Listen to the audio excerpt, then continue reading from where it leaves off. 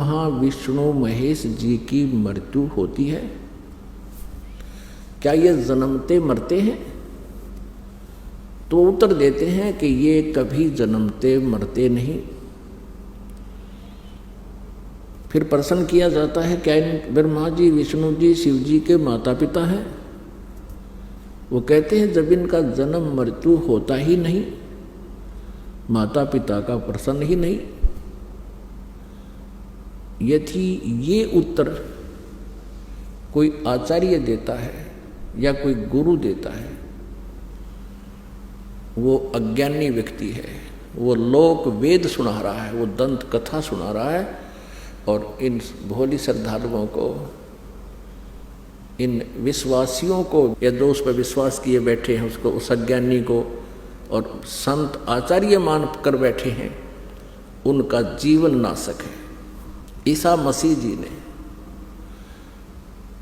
कहा था जनता को, श्रद्धालुओं को, कि तुम जिनको गुरु मानते हो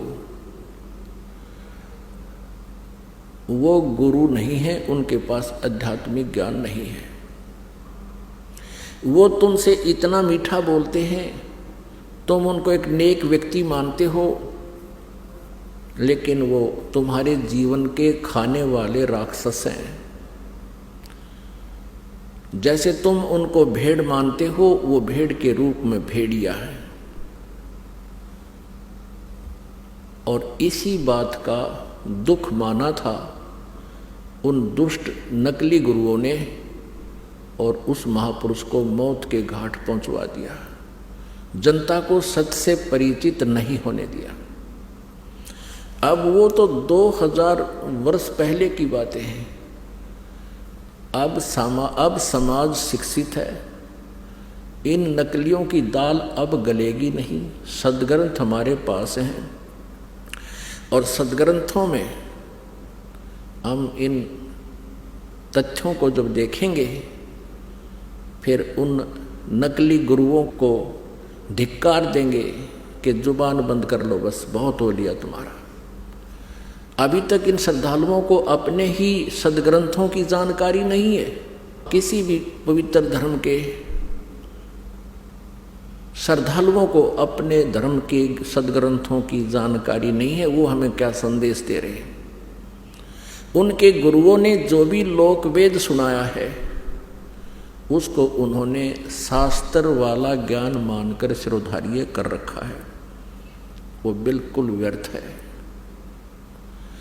अब प्रसंग चल रहा है कि ये जो काल कौन है और ब्रह्मा विष्णु महेश की क्या जन्म मृत्यु होती है। अब ब्रह्मा जी, श्री विष्णु जी, श्री शिव जी की जानकारी हमें उनकी जीवनी से हुई है। और इन महापुरुषों की जीवनी कहाँ वर्णित है? पुराणों में। जितने भी पवित्र हिंदू धर्म के आचार्य गुरु हुए हैं, वो यही कहते हैं कि शिव पुराण में ऐसा लिखा है, विष्णु पुराण में ऐसा लिखा है और ब्रह्मा पुराण में ऐसा लिखा है, श्री देवी पुराण में ऐसा लिखा है और श्रीमद् भगवद गीता में ऐसा लिखा है और पवित्र वेदों में ऐसा लिखा है। तो उनके इस वक्तव्य को हमने सच्चा माना, क्योंकि ये संस्कृत जानते हैं, सभी सदग्रंथ संस्कृत में लिपिबद्ध है। तो भोले श्रद्धालुओं ने उन अज्ञानियों के वक्तव्यों को शास्त्र अनुकूल मानकर शिरोधार्य कर रखा है। अब परमेश्वर पूर्ण ब्रह्म कबीर देव जी, सारी सृष्टि के रचनहार ने स्वयं आकर के इस काल के जाल का भांडा फोड़ किया है। इसने जो जुल्म अत्याचार हमारे ऊपर कर रखे हैं, उस परमेश्वर ने स्वयं आकर हमें बताया। 600 वर्ष पहले परमेश्वर कबीर देव जी ने यही ज्ञान दिया था जो आज पवित्र पुराणों में, पवित्र वेदों में, पवित्र श्रीमद् भगवद गीता जी में आज वर्णित पाया, उनके अंदर लिखा पाया। और उस समय के ये नकली गुरु आचार्य ये कहा करते थे, कबीर जी तो जुलाहा है और शूद्र जाति से संबंध रखता है, इसको किसी ब्राह्मण ने शिक्षा नहीं दी, ये सदग्रंथों के बारे में क्या जाने, ये झूठ बोल रहा है। परमेश्वर 600 वर्ष पहले कहा करते थे कि ब्रह्मा विष्णु महेश जी ये नासवान हैं, इनकी जन्म मृत्यु होती है, ये अविनाशी नहीं है, ये कंप्लीट गॉड नहीं है, ये अखिल ब्रह्मांड के नायक नहीं है, ये पूर्ण परमात्मा नहीं है। और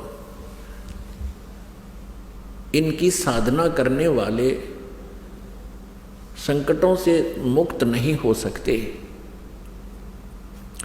तो उस समय इन परमात्मा के सतवचनों का इतना जोर शोर से विरोध किया, उन नकली गुरुओं ने जनता को भ्रमित कर दिया कि वह कबीर जुलाहा झूठा है, हमारे देवी देवताओं के बारे में ऊट पटांग बोलता है, उनका अपमान करता है, और परमेश्वर के पीछे हमें लगा दिया उन दुष्टों ने। हमें भी पाप का भागी बनाया और आप भी घोर पाप के भागी बने। वही ज्ञान जो 600 वर्ष पहले परमेश्वर कबीर देव जी ने बताया था, आज ये दास आपको परमेश्वर के ज्ञान